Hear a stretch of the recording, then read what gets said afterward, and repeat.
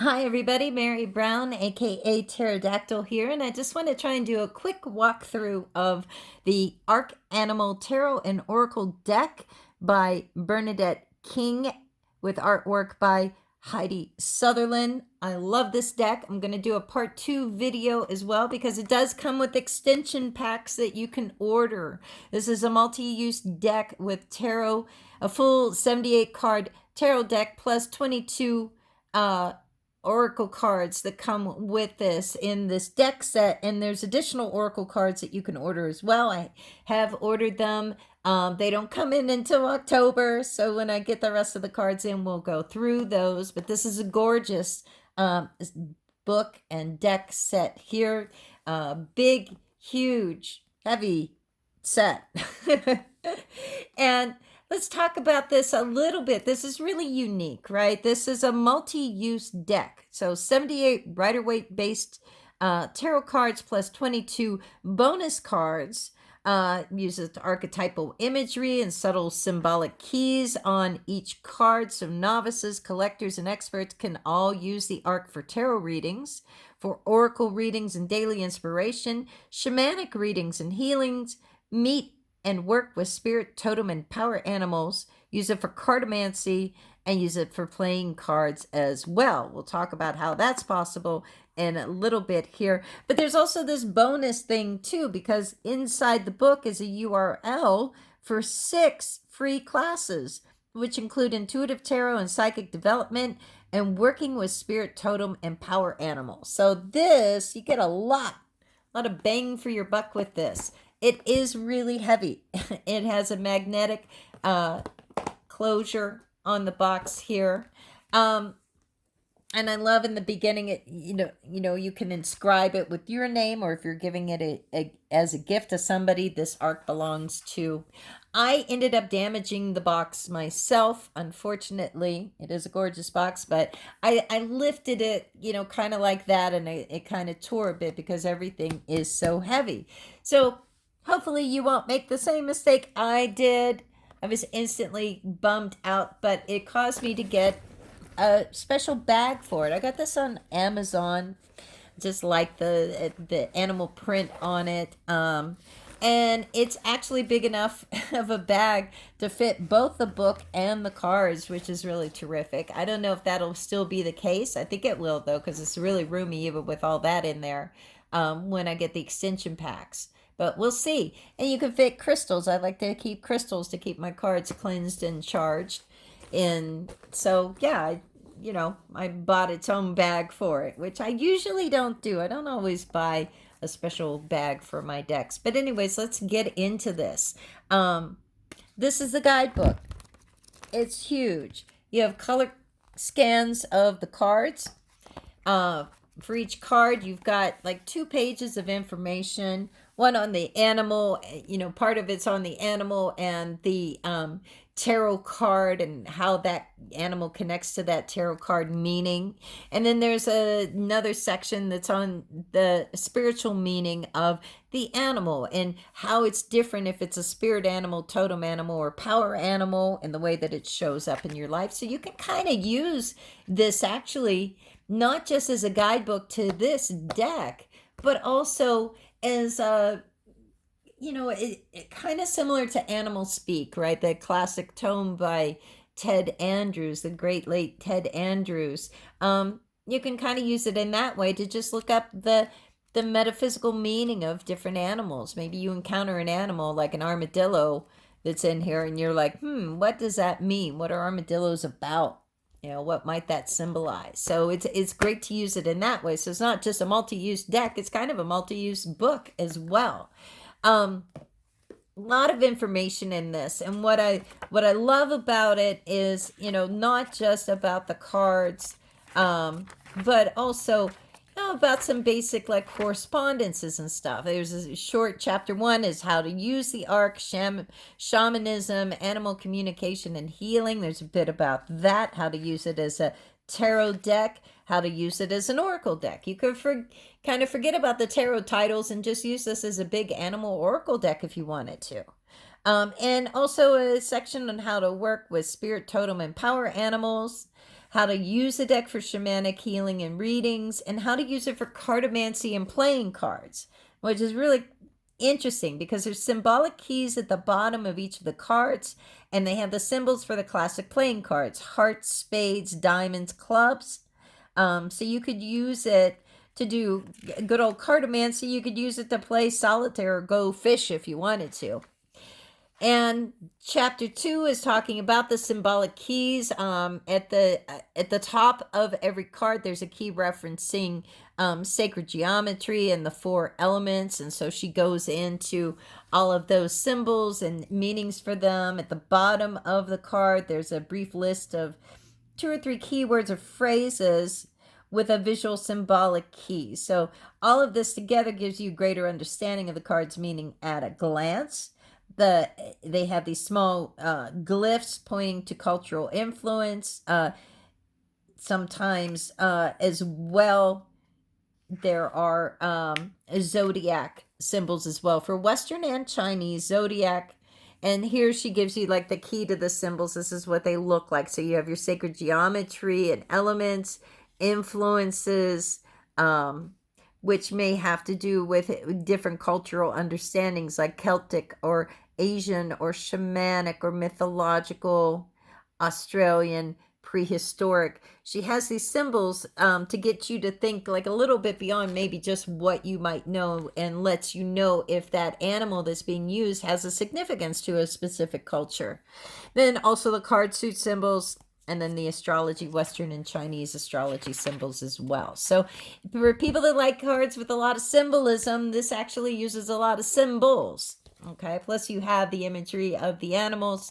And here, this is probably my favorite chapter. I think this is so wonderful. Chapter 3, the difference between spirit, totem, and power animals.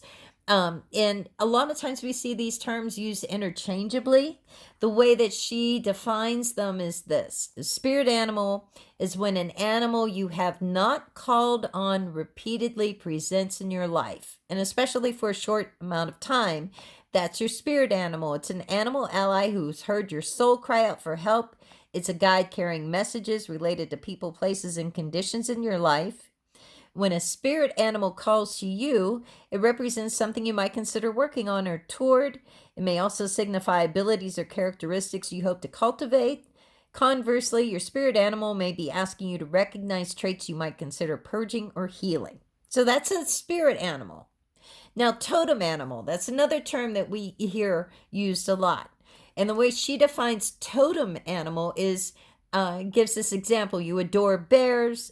Your bear collection continues to grow. In fact, you find anything relating to bears irresistible. You almost swear you were born with a teddy bear in your hand. Here's your totem animal in action. You feel bear calling to you, and anything related to the creature draws you in like a magnet. Native American traditions suggest an animal totem stays with you or your family for life. As you evolve intellectually, emotionally, and spiritually, your totem's meaning evolves along with your ever-changing awareness. And then the third category, power animal, another term we hear used a lot. And the way she describes this is this: when you invoke the mental, emotional, and physical energetic signatures of a specific animal, you're working with a power animal.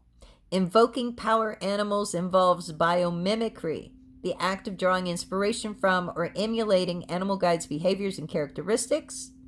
And so that's terrific because the meanings of the cards, and this is true for the tarot cards too, even though there's a thing about, the tarot card itself, like in this case, the pufferfish 9 of cups, it talks about pufferfish, talks about the 9 of cups meaning, and then you have the spiritual meaning getting more into the symbolism of the pufferfish. But she always gives like 3 different meanings: the spirit animal, totem animal, and power animal meaning for each card. So this deck can be used in a variety of ways.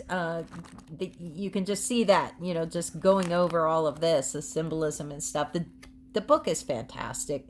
Nice, big, heavy book. Gives you a lot to work with.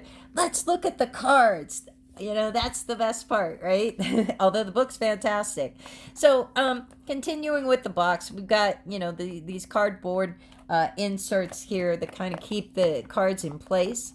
Like I said, there's extension packs available. They're available through the author's website, which is whatismyspiritanimal.com. You can go over there, order the packs if you want, or learn more about the decks. There's a little foam insert to kind of keep these in place. This is the 22 that come with this deck, the 22 oracle cards. And here is the 78 tarot deck cards. So let's just run through these cards really quick. This artwork is just breathtaking to me. I absolutely love it. You feel like the animals are just, you know, reaching out towards you. You feel like they're looking right at you in a lot of cases, and it's fabulous. I'm never probably going to get another animal themed deck. I think this takes a cake, especially if I add when I get the extension cards. And again, I'll do the video on that to go through that.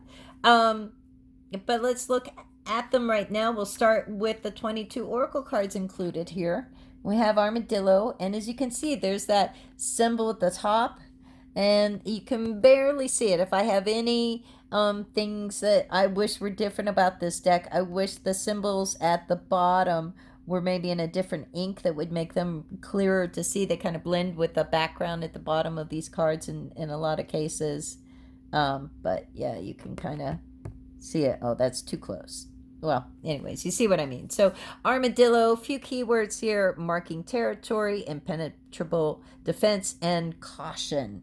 So that gives you an idea. You have on the oracle card portion of the deck, you have the name of the animal, you have a few keywords, you have a symbol at the top, and you have a symbol at the bottom there. But look how beautiful this is. Just the colors and the backgrounds and how the animals just pop. Butterfly. And I'm just going to run through these. Cardinal, chameleon, coyote or coyote, depending on where you're from, crab, cricket, dog, cute little border collie dog, dove, eel, hippopotamus, kangaroo, koala, ladybug, martin. And I love how, you know, there's such a wide variety of animals. Like a martin. I don't know anything about martins. I wouldn't even be able to pick a martin out of a lineup. So I love that I get to learn about it. It exposes us to animals that we don't usually see used in oracle card or tarot card decks. Moose, opossum. I love the expression of the animals, and just, I mean, it looks almost photographic. Porcupine, sheep, snail, sugar glider, and tortoise. So those are the 22 oracle cards that come with the deck and book set. And let's take a look at the tarot cards. All right, so what do we have? Okay, here's the major arcana. We have the Puffin as the Fool card. Now, obviously, okay, so you know, based on the Rider-Waite-Smith, but we don't see a lot of Rider-Waite-Smith imagery, right? But that's okay. You know, we have the Puffin, we have the card title, the Fool. Few keywords here: childlike wonder, trust, freedom. Okay, that's not bad for the Fool. The symbol at the top, really kind of hard to see. It might be the flower of life. I'm not really sure. Probably should put my glasses on. And I think we have the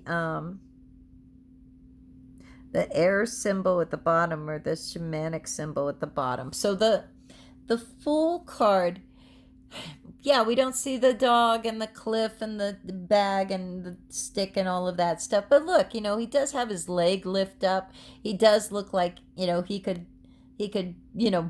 fall over like he's taking a step out. So that idea of, take a leap of faith, maybe he's kind of taking that leap of faith with his foot in the air.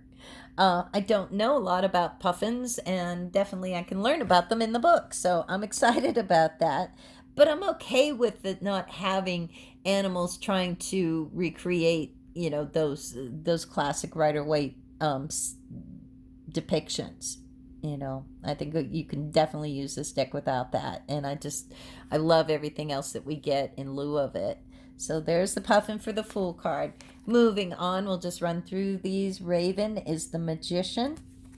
Just the artwork is just gorgeous. Spider for the High Priestess. Cow for the Empress. Bald Eagle is the Emperor. Stag is the Hierophant. It's just so beautiful. Hoatzin, I'm not sure how you say that. Hoatzin, maybe, for the Lover's card.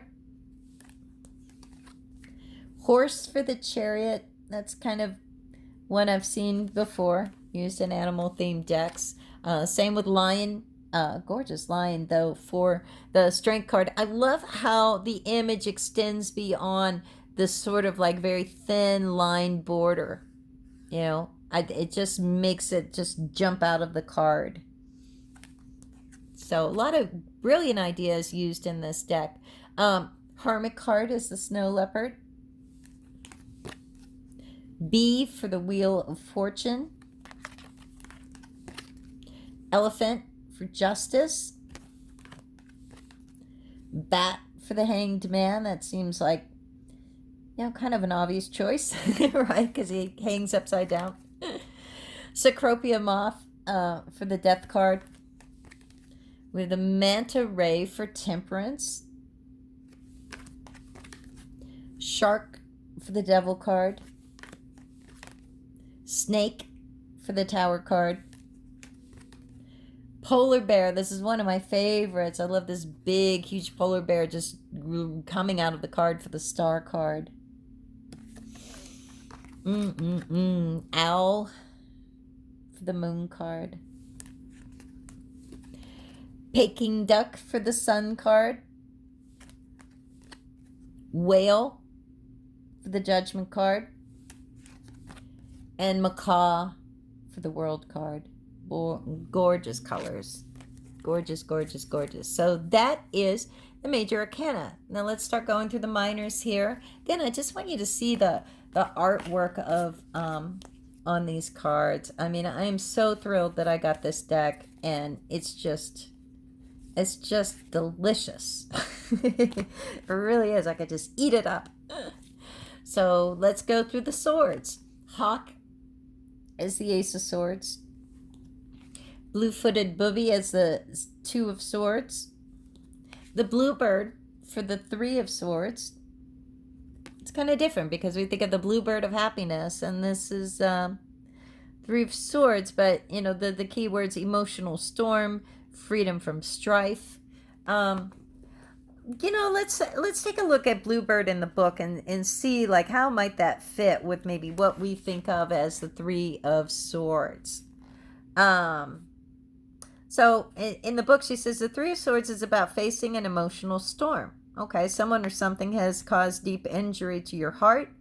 You make it through that situation, but still carry the emotional scars with you. The Three of Swords points toward renewal, a transition when it becomes necessary to leave the past behind and not allow old wounds to influence present-day conditions. Everyone suffers disappointment, betrayal, receives bad news, or feels lonely at some juncture in life. At that moment, it seems there's no solace. The resulting isolation is suffocating. We feel wholly lost, miserable, and mortified. It's as if that third sword of three jabbed you right through the heart. How do you release, forgive, heal, and move forward? There may be something in your life you've been focusing on when life handed you a curveball. What was it? is it where your attention should lie? If you direct negative thoughts to another, you draw the same energy to you. Revenge is never a solution. You cannot change what happened. The bluebird is a symbol of the happiness, joy, and abundance awaiting you after you free yourself from the chains of grief, strife, stress, remorse, and heartache. The bird represents the silver lining in darkening clouds. In a Pima Native American legend, the bluebird was once ugly. The bird entered the waters of a magic lake and for 4 consecutive days sang a song about the beautiful blue waters. On the 5th day, the bluebird was no longer ugly, but the beautiful creature we know today. Here, symbolism suggests you discover a remedy for difficult emotional times. When this card appears, it suggests taking heed. Your gray skies will turn blue once more. So that's kind of a really cool idea about the Three of Swords, because ultimately when we do readings for ourselves or for others, it's not about just telling somebody like, oh, you're in pain. It's more about, how do I move through this, right? What's the advice? How do I move forward? So I like it. It makes sense. And then the other side of this card, right, the other portion of the information you get in the book, the spiritual meaning, and gives us more background and information about bluebird. And then gives us this little key. It breaks down like, what's a bluebird as a spirit animal. And it says, when bluebird, remember, that's one you did not call, that just shows up. You see bluebird on TV, you see bluebirds everywhere, whatever. So that's a spirit animal. When bluebird flies in as your spirit animal, it's time to live in joy. Okay, short and sweet. Now, what if it's a totem animal and you have bluebird as a motif all through your house? You have bluebird curtains and towels. So as a totem animal, bluebird as a totem animal belongs to those who appreciate blessings. That's kind of nice. And then as a power animal, when you want to embody the bluebird, you want to take on the qualities. It says, invoke bluebird as your power animal when you want to feel childlike and carefree. So that just gives you an idea of like, the book in action, maybe some thought behind some of these connections, especially in the tarot with these different animals. So that was bluebird, 3 of Swords. Moving right along, sloth, 4 of Swords. If you notice, sloth doesn't fly, right? But 4 of Swords is like, you need a rest. Well, sloths are known for resting, so it makes perfect sense. Just because it's the air suit, they don't all have to be like flying creatures. Right, so I like that. I think this is a really intelligently designed deck. Fly for the 5 of Swords, perfect sense to me. What's more annoying than a fly? What can to me, a lot of times 5 of Swords is about boundary issues, and flies definitely have boundary issues, don't they? They don't care. They'll just come in your space and drive you crazy. 6 of Swords, a stork. 7 of Swords, the weasel. Woodpecker is the 8 of Swords. 9 of Swords is the black swan. Hyena is the 10 of Swords. Cat for the Page of Swords. Roadrunner, Knight of Swords. Jaguar, Queen of Swords. Oh, look how phenomenal. And that's the same, you probably noticed, that's the same one used on the cover of the box and on the cover of the book as well. The Queen of Swords card, the Jaguar. Look, she's just, you can't avoid the Queen of Swords here. If you draw it, she's coming right at you. She's looking right in your eyes. Condor, King of Swords. Okay, so those are the Swords cards. And next, let's take a look at, I think these are, oh, yeah, hold on. I went a little too far here, I think. Yeah, okay, let's look at the Pentacles cards. So we have White Buffalo, look at that, as the Ace of Pentacles. Chimpanzee for the 2 of Pentacles. Mouse with his little hands and his little face for the 3 of Pentacles. Caterpillar for the 4 of Pentacles. Pangolin for the Five of Pentacles, with the most trafficked animal on the earth, and it's the Five of Pentacles. Kind of makes sense to me. Goat for the Six of Pentacles. Look at those horns. Love it. And again, I love how it breaks the border. It's so cool. Rabbit for the Seven of Pentacles. Giraffe. Another one of my favorite cards here for the Eight of Pentacles. Giraffe. White peacock. Nine of Pentacles. Pig is the Ten of Pentacles. We have camel for the Page of Pentacles. Wolf is the Knight of Pentacles.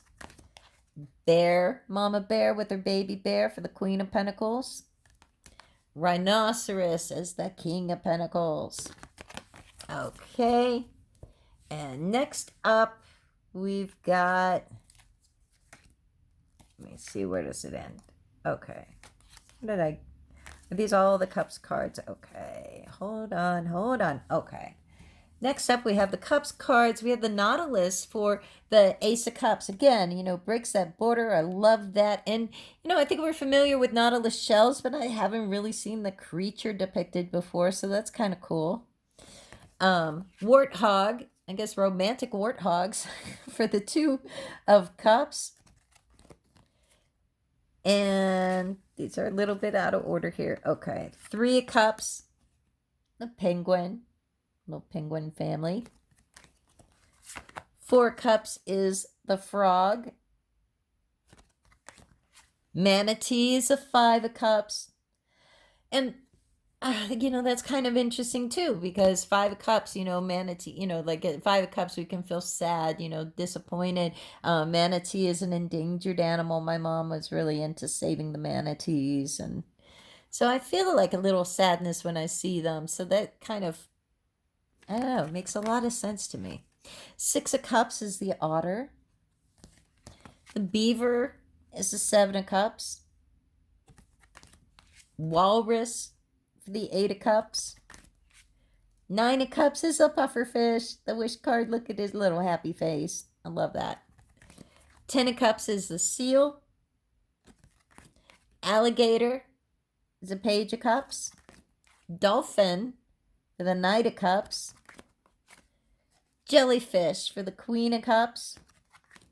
King of Cups is the octopus. All right, and last but not least, we'll take a look at the Wands suits here. So starting with the Ace of Wands, we have the squirrel card. For the Ace of Wands, Two of Wands, flamingo. Gorgeous. These almost look photographic, don't they? This is brilliant. Rooster for the Three of Wands. Hummingbird for the Four of Wands. Tasmanian devil for the Five of Wands. Six of Wands is the firefly. Seven of Wands is the gorilla. So we have creatures great and small. Dragonfly for the Eight of Wands. Nine of Wands is the scorpion. Scarab for the 10 of Wands. Page of Wands is the raccoon. And Fox is the Knight of Wands. Queen of Wands is the Black Panther. Gorgeous, gorgeous. And finally, Tiger for the King of Wands. Rawr. Oh, I love it. I love this deck. Yeah, so it's a big deck. These cards are oversized, as you can tell. I can't remember if I did the comparison or not, but this is like a standard size tarot deck. This is the pre-Raphaelite tarot from Lo Scarabeo. You can see these cards are bigger all around than your average tarot card. They're thicker as well, but they're nice and flexible.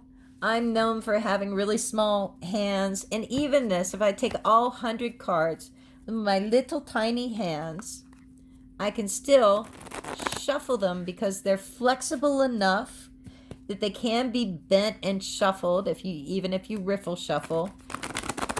And so it's perfect. I think these are just perfect. And I love the imagery. And again, this is the Arc Animal Tarot and Oracle deck by Bernadette King, art by Heidi Sutherlin. You can find it on Amazon, maybe a few copies on there, but you really want to go to whatismyspiritanimal.com, Bernadette's website, to order that, and especially if you want to order the additional cards. If you do order the additional cards, it's great because the guidebook already has all the meanings and stuff, and you can even kind of get a preview of those cards and decide if you want to order them, since all the information's already in here. And remember, it comes with like 6 free classes on intuitive reading, psychic development, tarot, spirit totem, and power animals. We're going to have Bernadette King on the Tarot Today radio show on Psychic Talk Radio Network, on Blog Talk Radio, on October 10th. So I'm going to ask her all about how she went about creating this, what the experience was like, because it says it's a channeled deck, what that was like, how these animals came to her, etc. So stay tuned for that. I'll put information about that, where you can go to keep up with the show, and make sure you can tune in for that episode, and also a link to Bernadette King's website. Thanks everybody for tuning in. I hope you enjoyed this. Like, subscribe, share, whatever is your heart in your heart to do. And I appreciate you all for watching this. Take care, everybody. Bye-bye.